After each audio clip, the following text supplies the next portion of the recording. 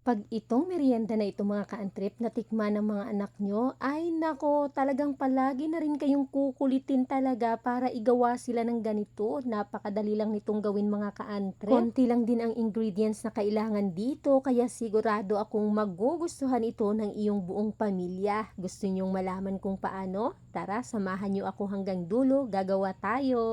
Pagod pa nga ako mga ka-antrip galing sa practice ng Zumba. Hindi pa ako nakakabihis pero talagang naglalambing naman na ipagluto ko daw sila ng paborito nilang macaroni cheese or cheesy macaroni. Kaya naman dali-dali kong sinabihan ang panganay ko na sige pakuluan mo na para mabilis maluto ang ating macaroni habang nagbibihis ako at nagpapahinga. Kaya yon, ang bilis din namang kumilos. Kinuha ang macaroni, nilagay dito sa kaldero at nilagyan ng tubig. Isinalang, nilagyan ng konting mantika, palambutin hanggang sa talagang malambot na ito at fully cooked na talaga itong ating macaroni. Huwag niyo pong kakalimutan mga ka-antrip na lagyan ito ng konting mantika ha, para hindi magdikit-dikit at hindi po masunog yung ilalim. So ito na mga ka-antrip, natuyuan ng konti dahil nga medyo pinalipas ko pa ang ilang oras bago ko tuluyang niluto kasi nagpahinga pa ako dahil pagod na pagod pa ako. Kaya isinalin ko na dito sa ating kawali para mas maluto or mas mahalo natin na mas maganda at mas maayos kasi hindi dito masikip. At dahil nga natuyuan ito mga ka-antrip, magdadagdag lang ako dito ng mainit na tubig para mabilis kumulo at hindi na rin talaga tuluyang malata itong ating macaroni. Maglalagay lang ako dito ng durog or powder na paminta. Haluin lang natin ng maayos para ma-well combine ang ating durog or powder na paminta dito sa ating macaroni at hintay lang natin na kumulo yung mainit na tubig na nilagay natin dito. Nilagyan ko siya ng konting sabaw mga ka-antrip para hindi masyadong dry at hindi kaagad masipsip ng ating macaroni itong evap milk na ilalagay ko dito kasi maglalagay pa tayo dito ng cheese. So yan, binuksan ko lang itong ating evap milk at iubos ko itong malaking lata dito sa ating 1 kilong macaroni. At tuloy-tuloy na ito mga ka-antrip, mabilis lang kumulo itong ating evap milk dito at pagkatapos niyan ay isusunod na po natin mga ka-antrip itong ating quick melt cheese. Nung mga nakaraan mga ka-antrip, mga naunang niluto ko mga ka-antrip nito mga ka-antrip, ang nilalagay ko lang kasi yung ordinary na Eden cheese. So finally, ayan, meron na kaming quick melt cheese, kaya quick melt cheese na mga ka-antrip yung nilagay ko dito. Kalahati lang muna mga ka-antrip ang hiwa-hiwain ko at ilagay dito. Ayan mga ka-antrip po, ang bilis matunaw. Super quick melt cheese nga naman talaga. Ang bilis matunaw kaya ang bilis mag-well combine ng ating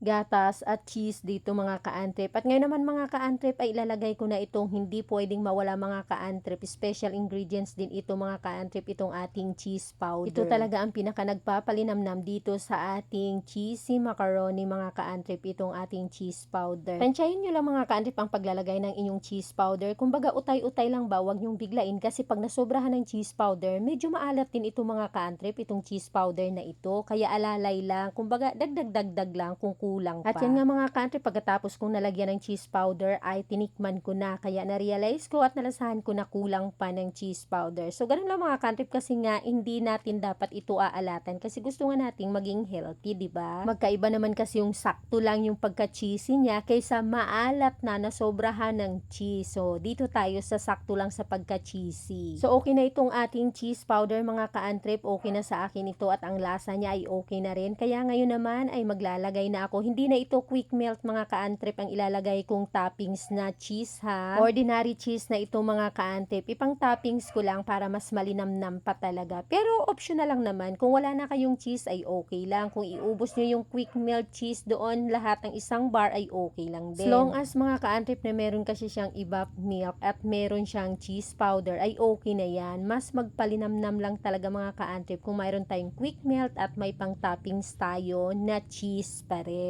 Simula nang ginawan ko sila nito mga ka-antrip ay talagang paborito na ito ni Julia ko. Mas gusto niya pa ito mga ka-antrip kaysa mga Graham cake. Paborito niya na talaga ito. Lagi siyang humihiling na wish niya daw na everyday dapat may stock kami na cheesy macaroni kahit daw wala yung mga cake na yun or mga Graham cake or kung ano man yun ng mga ice cream. Basta't may cheesy macaroni ay okay na talaga siya. O tingnan mo, may pagka-uwi niyan. Kala mo ngayon lang nakatikim nito. Sakit?